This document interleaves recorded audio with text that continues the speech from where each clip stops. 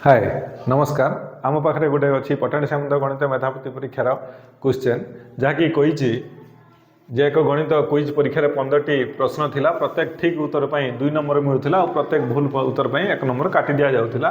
Lucy से ही परीक्षा 21 number रखी वृत्ति पाइबा योग्य होता जदि से परीक्षा समस्त प्रश्नर उत्तर देवा बाध्यतामूलक होता है तेरे सी केतोटी प्रश्नर उत्तर भूल करथिला। आसंतु ऐकिक धारारे आमे गणित को बुझा आमे ये भाविबा जदि लुसी 15टी प्रश्न ठीक करि थांता तेबे से केते नंबर रखि थांता। जदि 15टी प्रश्न से ठीक करि थांता तेणु से मुठ 30 मार्क रखि थांता किंतु सी रखिछि 21 मार्क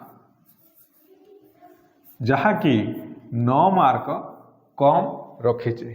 तो कहीं कम मार्क रखिला कारण जे उत्तर भूल होतिले केवल मार्क कटु नथिला तार पाइथिबा मार्क रु 1 नंबर भी कटि जाउ थिला। तेणु जदि से गोटे प्रश्न भूल करुछि 2 नंबर पाइबा परिवर्ते से पाइथिबा नंबर रु 1 नंबर कटि जाउछि अर्थ से 3 नंबर कम पाउछि।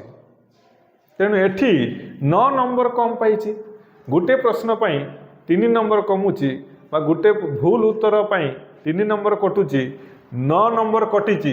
तेणु केतोटी भूल उत्तर पाई 3टी भूल उत्तर पाई 9 नंबर कटि जाइछि जहाँकि से 6 नंबर जदि ठीक करि थांदा 6 नंबर पाई थांदा किंतु 6 नंबर से हरई प्लस तार पाइथिबा नंबर रु 3 मार्क से कम करिछि। तेणु से ठीक उत्तर केतोटी देइछि 12टी ठीक उत्तर देइछि जहाँफल से 24 मार्क पाइछि किंतु 3टी भूल उत्तर पाई 3 मार्क तार 24 मार्क रु 3 मार्क कम कर दिखाई से मोट 21 नंबर पाइछि। यहाँ हूँ तार कॉन्सेप्ट। आशा करे आपन को मेथड टी भल लगी। धन्यवाद।